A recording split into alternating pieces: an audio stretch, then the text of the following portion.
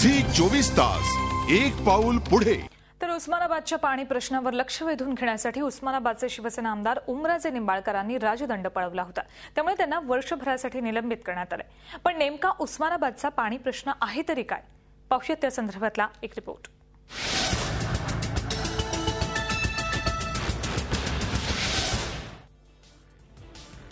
उस्मानाबादमध्ये तब्बल एका महिन्यानंतर शहराला पाणी पुरवठा होतो। सध्या दररोज 58 टँकर्सने 30 लाख लिटर पाणी पुरवठा करण्यात येतो।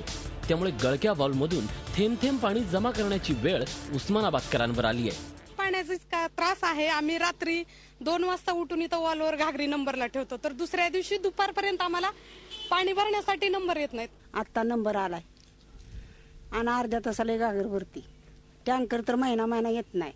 म्हातारी माणसं बसून बसून चक्कर यायला लागली इथं। उस्मानाबाद शहरासाठी 114 किलोमीटरवर असणाऱ्या उजनी धरणातून पाणी पुरवठ्याचं कामही पूर्ण झालंय।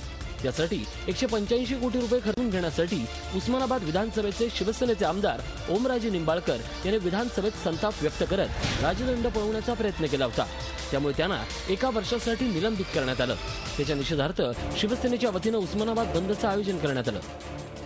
धाराशिवकरांना पिण्याचं पाणी या उन्हाळ्यामध्ये मिळावं या अनुषंगाने तो राजदंड पळवला होता, म्हणून त्यांना 1 वर्षासाठी निलंबित केलं आणि त्याचे पडसाद या धाराशिव शहरामध्ये उमटले। आज या शहरामध्ये, या मतदारसंघामध्ये लोकांनी स्वयंस्फूर्तीने हा बंद केलेला आहे।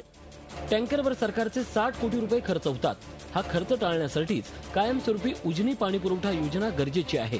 त्यासाठी शासनानं 51 कोटींचा निधीही वितरित केला, पण योजना पूर्ण झालेली नाही आणि टँकरवरचा कोट्यावधी रुपयांचा खर्चही सुरूच आहे।